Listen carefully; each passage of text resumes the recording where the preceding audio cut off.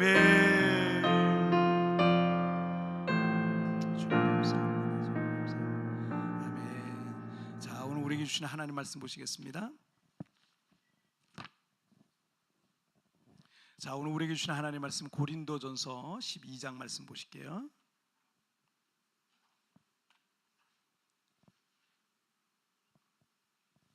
자, 고린도전서 12장 신약성경 299페이지입니다. 고린도전서 12장 7절부터 10절까지. 고린도전서 12장 7절부터 10절까지 말씀. 자, 고린도전서 12장 7절부터 10절 우리 한 목소리로 다 같이 합독하겠습니다. 시작. 여러 계시를 받은 것이 지극히 크므로 너무 자만하지 않게 하시려고 내 육체의 가시 곧 사탄의 사자를 주셨으니 이는 나를 쳐서 너무 자만하지 않게 하려 하심이라. 이것이 내게서 떠나가게 하기 위하여 내가 3번 주께 간구하였더니 나에게 이르시기를 내 은혜가 내게 족하도다. 이는 내 능력이 약한 데서 온전하여 짐이라 하신지라. 그러므로 도리어 크게 기뻐함으로 나의 여러 약한 것들에 대하여 자랑하리니 이는 그리스도의 능력이 내게 머물게 하려 함이라. 그러므로 내가 그리스도를 위하여 약한 것들과 능욕과 궁핍과 박해와 곤고를 기뻐하노니 이는 내가 약한 그때 강함이라. 아멘. 자, 오늘 말씀 제목 함께 읽겠습니다. 시작. 약해도 쓰임 받을 수 있다. 다시 한번 시작. 예, 우리가 사는 세상은 사실 공평하지 않습니다. 태어나 보니 예쁘고 잘나게 태어난 사람이 있어요. 예쁘게 또 잘생긴 외모를 갖고 또 금수저를 물고 태어난 그런 사람들도 있는가 하면 뭐 전혀 그렇지 않은 그런 상황 가운데에서 출발부터가 불리하고 거쳐야 될 게 많고 넘어가야 될 게 많은 그런 힘겨운 그런 삶을 살아내야 될 그런 사람들도 있습니다. 그리고 우리가 사회에 나가보면 세상은 잘나고 뛰어난 사람들에게 주목을 하죠. 그런 사람들에게 주목할 수밖에 없어요. 세상은 그런 사람들에게 주목하고 그런 사람들을 결국은 선택합니다. 그러다 보니까 그런 사람들은 계속 더 잘 사는 거예요. 그런 사람들은 그래서 그런 사람들은 계속 성공적인 인생을 사는 것처럼 보일 수도 있을 거예요. 이지선 씨라고 잘 아시죠? 대학 3학년 때 음주운전자가 일으킨 교통사고로 전신 55% 그러니까 온 몸에 절반 이상이 다 화상을 입었어요. 이게 차 안에서 불에 탄 거예요. 그래서 중화상을 입어서 이 치료 과정에서 손가락 8개를 잘 절단했습니다. 그러니까 온전한 손가락은 2개밖에 없어요. 손가락 8개를 절단했고 얼굴도 수십 번에 온몸을 수십 번의 수술을 했죠.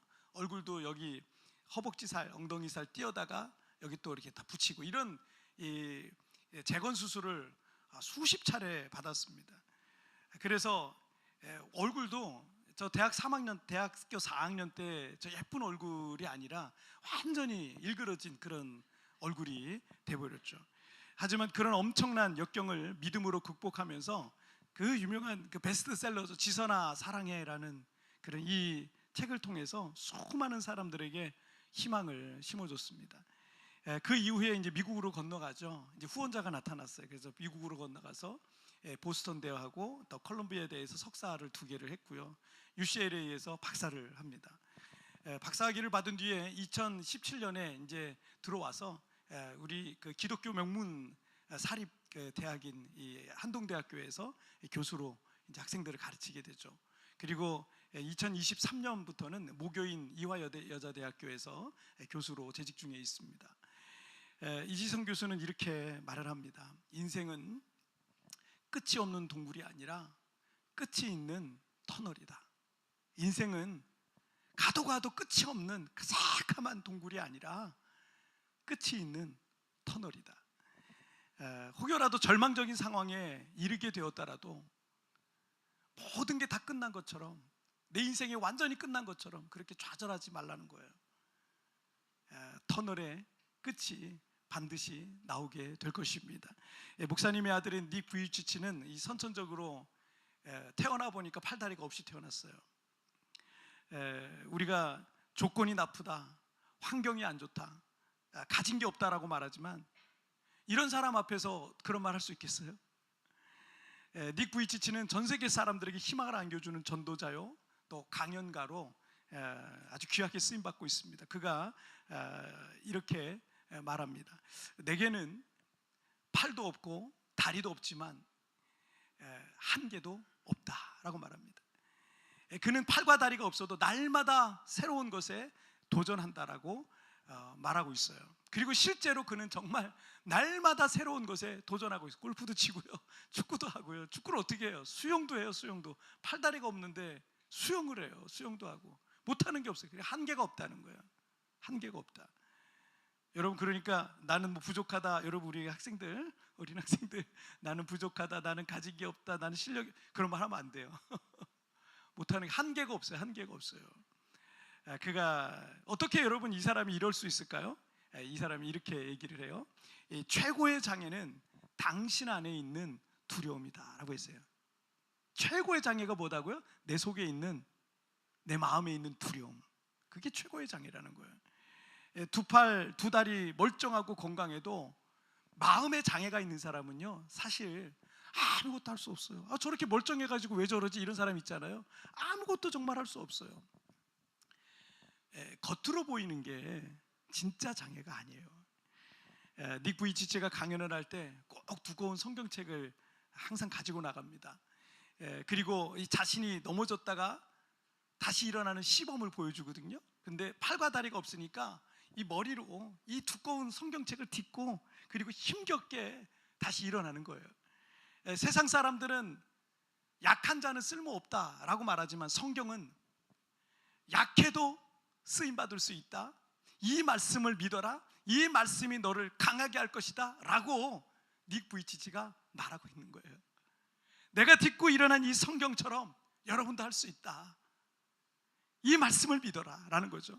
여러분, 성경은 우리에게 약해도, 가진 게 없어도, 잘난 게 없어도, 부족해도, 심지어 죄가 많아도 쓰임받을 수 있다라고 말씀하시는 것입니다. 아니, 오히려 하나님께서는 약하고 부족한 사람을 통해서 일하시는 경우가 많아요. 믿음의 사람들 중에 그런 예들이 두드러지게 많은 것은 그냥 우연히 있는 게 아니라요, 하나님께서 약한 자를 쓰신다는 증거인 거예요. 오늘 본문에서 우리가 살펴볼 이 사도 바울도 이렇게 말합니다. 나를 봐라, 약해도 얼마든지 쓰임받을 수 있다 라고 말하고 있는 것입니다. 자, 첫 번째 주제를 한번 보실까요? 시작. 우리에게 고난을 주신 이유. 다시 한번 시작. 우리에게 고난을 주신 이유. 자, 고대 그리스의 남부 항구 도시인 고린도에 있었던 이 고린도 교회에는 방언과 병고침과 같은 영적 은사들이 많이 나타난 교회였어요. 굉장히 충만한 교회죠. 기도하기를 열심히 하고 이러다 보니까 그런 은사들이 많이 나타났어요.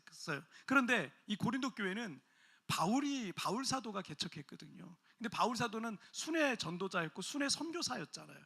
그러니까 계속 돌아다닌 사이에 거짓 사도가 들어온 거예요. 거짓 사도가 들어와서 고린도 교회 성도들의 믿음을 신비주의적인 것에 치우치게 만드는 거예요.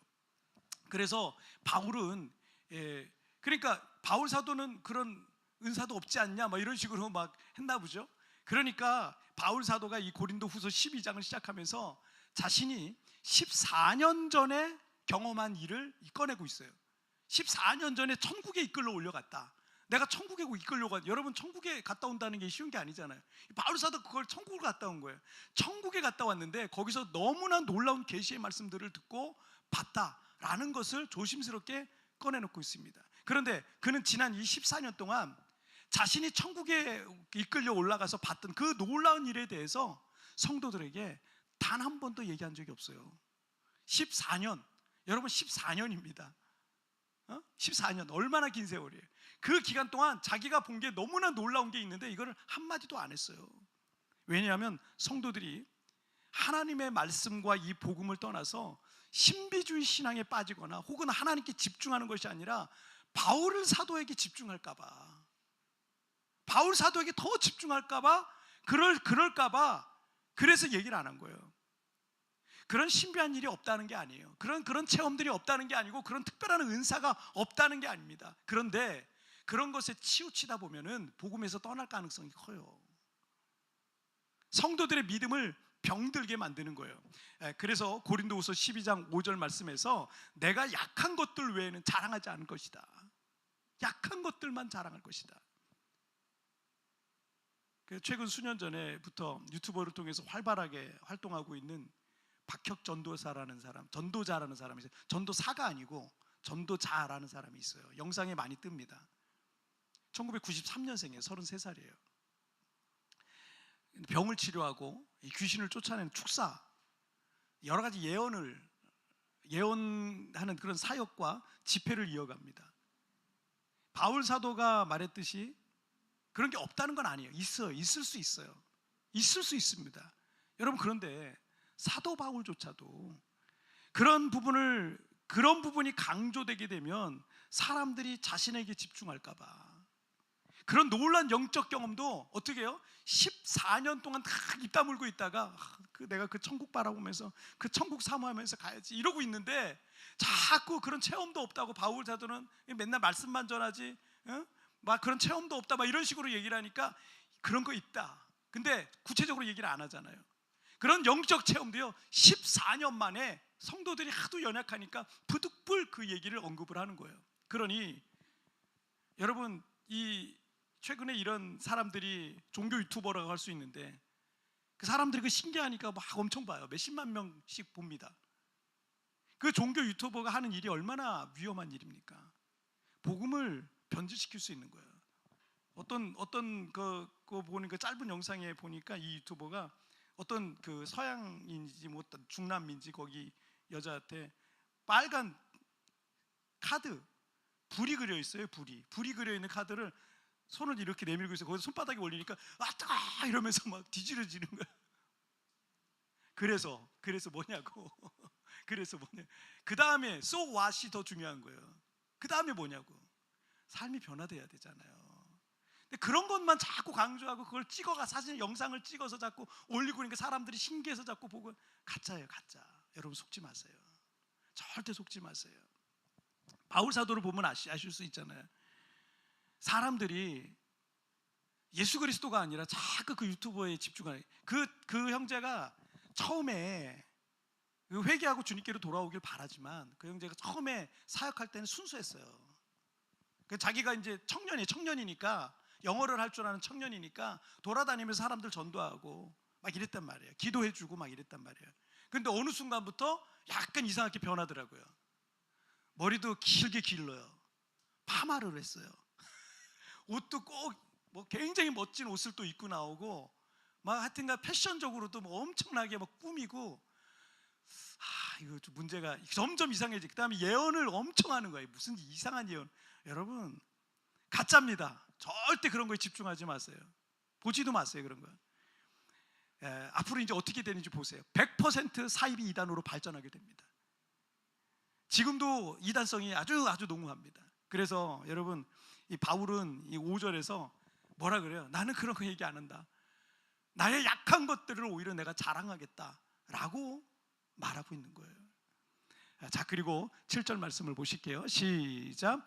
여러 계시를 받은 것이 지극히 크므로 너무 자만하지 않게 하시려고 내 육체의 가시 곧 사탄의 사자를 주셨으니 이는 나를 쳐서 너무 자만하지 않게 하려 하심이라. 바울이 받은 계시와 그가 경험한 일은 너무나도 놀라운 것이기 때문에 바울 스스로가 자만에 빠질 수도 있는 거예요. 남들이 못 보는 걸 본다면 자만에 빠질 수 있죠. 교만해질 수 있죠. 그래서 하나님께서 그가 자만하지 않게 하시려고 육체의 가시 곧 사탄의 사자를 주셨다라고 말합니다. 대부분의 신학자들은 바울에게 있었던 이 육체의 가시에 대해서 이렇게 몸에 여러 가지 고칠 수 없었던 난치병으로 봅니다.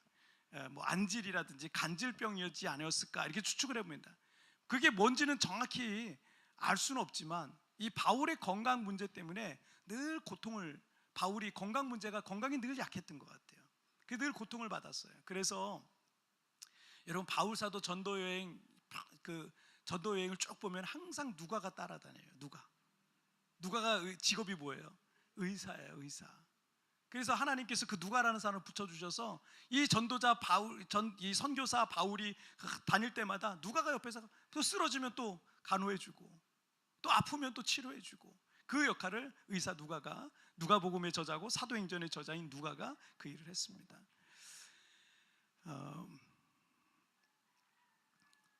바울이 받은 그 계시 자체가 너무나 놀라운 것이었기 때문에 얼마든지 바울이 그것 때문에 교만해질 수 있었는데, 그런데 바울이 교만해질 수 없는 이유가 있었어요. 너무 자만하지 않게 하시려고 내 육체에 가시고 사탄의 사자를 주셨으니, 이 부분을 보면서 여러분, 하나님께서 바울을 그러면은 바울에게 고통을 주신 건가? 바울을 아프게 하신 건가? 바울에게 고난을 주신 건가? 이런 생각이 들 수 있죠. 우리 하나님의 아버지라 그러는데, 하나님의 아버지가 우리를 사랑하시는데 자녀한테 고통을 주듯이 그렇게 충성스러운 바울에게 그런 걸 주실 수 있을까? 이런 생각이 들 수 있잖아요. 이 아담과 하와가 범죄하고 에덴의 낙원에서 쫓겨난 이후에 우리 인간들은 늙고 병들고 그 여러 가지 인생의 고통을 겪다가 결국은 죽음을 맞게 되는 게 우리에게 정해진 운명이에요. 죄인인 우리 인간 중에 이것을 피할 사람은 아무도 없습니다. 누구에게나 인생의 시련과 고통과 그리고 질병과 또는 재난과 사고는 찾아오게 되어 있습니다. 그래서 정확히 말하자면 하나님께서 자녀되는 우리에게 고난을 주신 게 아니라 인간이 죄인이 되면서 스스로 그 고난의 삶을 선택한 것이다 라고 말할 수 있어요. 그리고 또 다른 한 가지 뭐냐면, 하나님께서 자녀된 우리에게 고난을 주신 게 아니라 때로 하나님의 특별한 섭리 안에서 우리에게 오는 그 고난, 뭐 병이 올 수도 있어요. 여러 가지 고난, 여러 가지 어려운 일이 올 수 있어요. 그 고난을 그냥 허용을 하실 때가 있어요. 허용하실 때가. 하나님 우리를 사랑하시는 아버지십니다. 우리가 자녀에게 일부러 고난을 주지 않는 것처럼 하나님께서 일부러 우리를 고통스럽게 하지는 않습니다. 다만 어떤 경우는 우리에게 고난이 오는 걸 알지만 하나님께서 그거를 그냥 내버려 두실 때가 있어요. 지난주에 팀 켈러의 말을 잠시 소개했는데, 같은 책에서 로마서 8장 28절의 말씀을 이렇게 해석을 하고 있습니다. 주님은 거룩한 뜻에 어긋나는 일을 허락지 않으시며 그 뜻에는 멀리 내다봤을 때 우리에게 가장 선한 것들이 포함된다. 그러니까 우리의 삶에 때로 고난과 시련을 허락하시지만 거기엔 분명한 하나님의 거룩한 뜻이 있는 것이고, 더 멀리 내다볼 때 거기엔 하나님의 가장 선한 계획과 선물이 포함되어 있다라는 겁니다. 너무 이해되지 않을 수도 있습니다. 왜 나에게 이런 일이 왔는지, 왜 나만 이렇게 살아야 하는지, 왜 나만 이렇게 억울해해야 하는지 모를 수도 있습니다. 그런데 고난 중에 우리가 굳게 붙들고 있어야 될 믿음이 하나 있는데, 하나님께서 우리에게 고난을 주셨다면 거기엔 분명 하나님의 거룩한 뜻과 계획과 선물이 있을 것이다 라는 겁니다. 땅바닥을 기어다니는 개미가 우리 인간의 생각을 다 헤아릴 수 없듯이 하나님의 생각의 깊이와 넓이를 우리의 작은 이 마음으로 어찌 다 이해할 수 있겠습니까? 내 작은 머리로 하나님의 그 큰 계획을 어찌 다 헤아릴 수가 있겠습니까? 팀 켈러가 이런 말도 했습니다. 크리스천은 바라는 대로 일이 흘러가지 않는 상황에서도 주님을 믿고 의지해야 한다. 우리가 해야 할 일은 하나님의 계획을 다 이해하려고 할 필요 없어요. 그렇게 하지 말고 다만 그분의 거룩한 뜻을 전적으로 믿고 의지하는 게 우리가 할 일이에요. 우리 교회는 개척 때부터 지금까지 12년이 넘도록 상가 건물 임대해서 사용하고 있습니다. 지금까지 이제 4년에 한 번씩 재계약을 연장하면서 지금 12년 넘게 쓰고 있는데, 감사하게도 임대료가 그리 많이 오르지 않은 상태로 우리가 12년 동안 사용했고, 올해 초에도 4년 연장 재계약을 하려고 이제 준비하고 있는데, 그런데 건물주가 이 빌딩을 매각하려고 하고 있고, 새로운 주인은 낡은 건물 전체를 리모델링할 계획이라서 앞으로 1년만 계약을 연장해 줄 계획이다, 이렇게 통보가 왔어요. 그래서 1년 재계약에 사인했습니다. 그래서 1년 뒤에 어쩔 수 없이 새로운 교회 공간을 찾아서 성전을 이전해야 됐어요. 그런데 지난 12년 사이에 교회 주변의 임대료가 갑절은 올랐어요. 갑절은. 그리고 땅값은 상상할 수 없을 만큼 올라서 어디 주변에 뭐 땅을 구입해 성전 건축하는 것도 꿈도 꿀 수 없는, 우리 교회 규모로는 꿈도 꿀 수 없는 일이에요. 너무나 금액이 커요. 때문에 한국만큼 비싸요. 땅값이 그 정도로 비싸요. 특히 우리 교회 근처는. 때문에 이 문제를 놓고 고민하면서 기도하고 있는데 주님께서 저에게 40일 기도를 5번 하라 그러시는 거예요. 40일 기도를 5번 하라.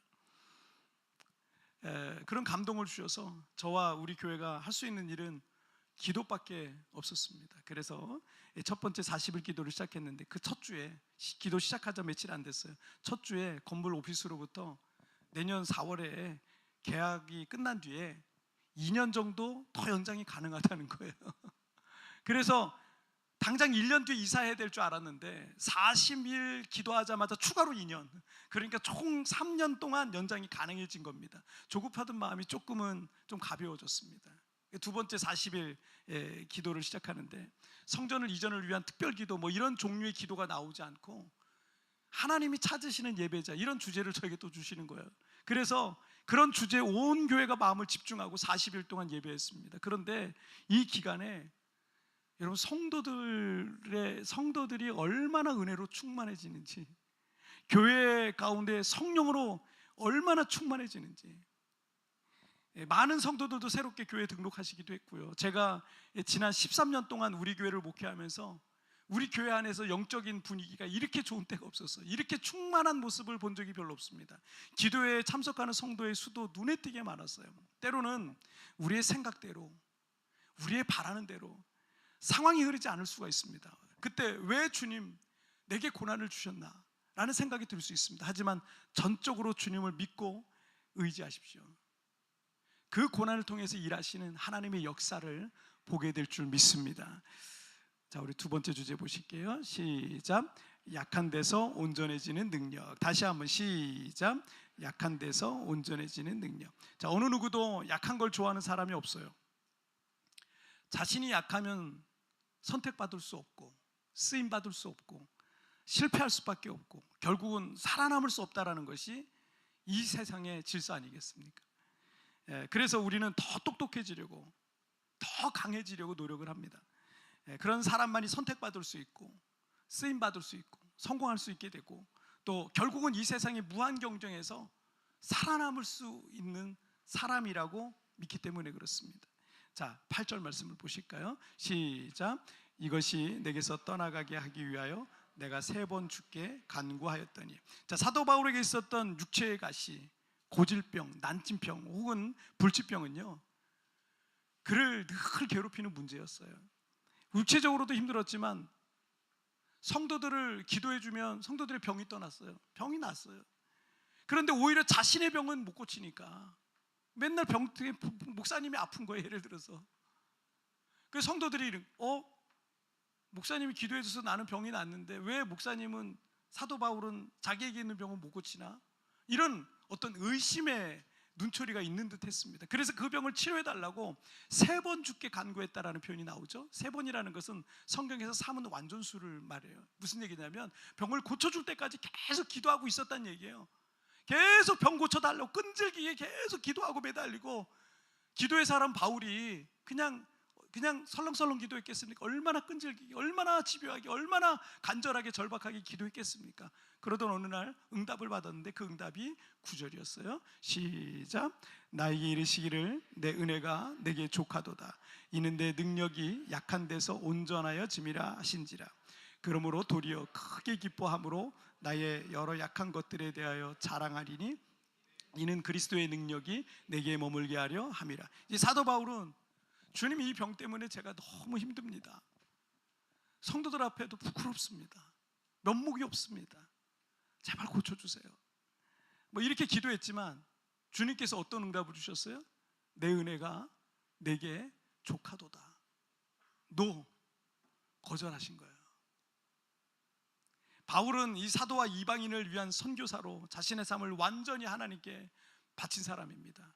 하나님께서 얼마든지 그를 치료해 주실 수 있는 조건과 이유가 너무나도 분명한 사람이 바로 이 사람이에요. 이런 사람이 어디 있습니까? 그러나 하나님께서는 바울의 기도를 들어주지 않으셨다는 거예요. 독일의 신학자인 프리드리 하일러가 이런 말을 해요. 하나님은 인간으로서는 가늠할 수 없는 계획에 따라 일의 결과를 조절하셔서 믿음과 오류가 뒤섞인 성도들의 기도가 허사로 돌아가지 않게 하신다. 우리의 기도는 하일러의 말과 같이 믿음과 오류가 뒤섞여 있어요. 그러니까 잘못된 기도를 하기도 합니다. 틀린 기도를 하기도 해요. 어떤 기도는 믿음의 기도고, 믿음과 오류가 뒤섞여 있기도 하지만 하나님께서는 우리가 감히 가늠할 수 없는 크고 깊고 넓은 선하신 계획에 따라서 일하시기 때문에 성도의 그 기도가 믿음과 오류가 뒤섞여 있다 할지라도 그 기도가 절대로 허사로 돌아가지 않게 하신다라는 거예요. 우리 믿음의 선배들, 우리 믿음의 어머니, 아버지, 그분들이 교육도 많이 못 받으시고 그분들이 성경도 많이 모르셨을 수도 있고, 하지만 그분들이 기도하실 때 얼마나 하나님 앞에 기도했겠어요. 그런데 그 기도 중에 믿음의 기도가 있었겠죠. 근데 그 기도 중에 잘못된 기도도 분명히 있었을 거예요. 저는 우리나라를 볼 때 하나님께서 그런 걸 다 들으시고 모으셔서 가장 선한 길로 우리 나라를 지금까지 인도해 주신 걸, 복을 주신 걸 저는 믿고 있습니다. 왜냐하면 하나님이 하나도 허사로 돌아가지 않게 하신다라는 거예요. 여러분들이 기도하실 때 그 기도가 하나도 땅에 떨어지지 않는다는 거예요. 때로는 잘못된 기도를 하고 있어도 그거 땅에 떨어지지 않게 할 것이다. 때문에 현상적으로는 바울의 기도를 거절하셨지만 그 기도가 결코 허사로 돌아가지 않게 하신다라는 거죠. 그리고는 하신 응답이 9절에서 이는 내 능력이 약한 데서 온전하여 짐이라 라고 했습니다. 내 능력은, 하나님의 능력은 약한 곳에서 온전해진다, 약한 데서 더 역사한다, 더 나타난다, 이런 얘기예요. 지난 주간에 태풍으로 크게 피해 입은 빈민촌 한 곳은 잠시 좀 답사를 좀 다녀왔어요. 다른 곳, 나바마을 말고 또 다른 곳에, 거기 생각이 나서 좀 답사를 다녀왔는데, 이 갑자기 불어난 물에 속수무책으로 이제 그 큰 피해를 입은 흔적이 여전히 남아 있었습니다. 이 세부, 여기 만다위 쪽이에요. 그런데 그 지역은 한국의 큰 단체에서 파송받은 선교사님이 그걸 담당하는 지역이었거든요. 그래서 그 선교사님한테 연락을 해서 함께 방문해서 여러 가지 이제 안내를, 우리가 도울 일이 있는가 해서 좀 안내를 받았습니다. 안내를 받으면서 우리가 뭘 도와야 될까라고 생각하면서 교회로 돌아왔는데, 이미 그 선교사님 통해서는 그 지역에 많은 지금 도움이 가고 있더라고요. 근데 몇 시간 뒤에 제가 또 다른 지역에도 큰 피해를 입었는데 아무도 도와줄 사람도 없고 단체도 없다라는 소식을 좀 들었어요. 좀 전에 방문했던 곳은 그래도 큰 단체에서 이미 많이 도와주고 있는데, 이곳은 정말 아무도 도와줄 수 없을 것 같은 거예요. 정말 우리의 도움이 필요한 곳은 어쩌면 그런 곳이다라는 생각이 들어서 계획을 좀 수정을 했습니다. 정말 도움이 필요한데 도와주자. 여러분, 우리도 정말로 나의 도움을 간절히 바라는 사람의 손을 잡아주잖아요. 하나님은 심령이 가난한 사람에게 손을 내밀어 주시는 거예요. 약하고 가난하고 하나님의 도움을 간절하고 절박하게 바라는 사람의 손을 잡아주시는 거예요.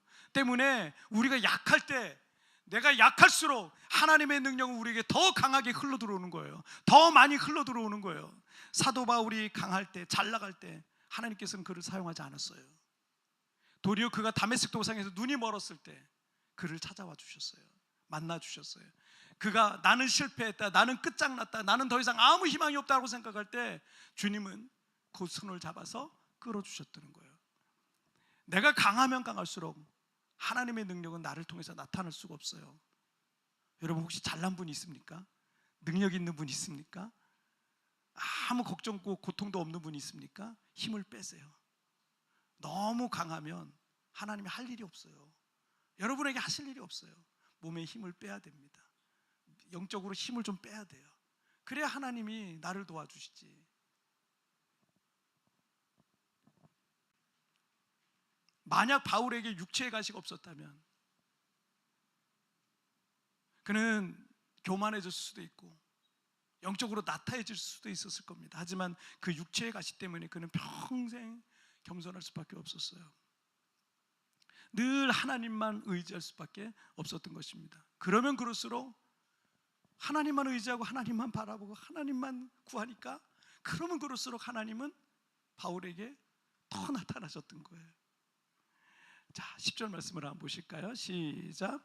그러므로 내가 그리스도를 위하여 약한 것들과 능욕과 궁핍과 박해와 공고를 기뻐하노니 이는 내가 약한 그때에 강함이라. 자, 바울은 약했고 선교를 하면서 온갖 능욕과 궁핍과 박해와 공고를 당했습니다. 하지만 그럴수록 하나님의 능력은 그에게 더 나타났다는 거예요.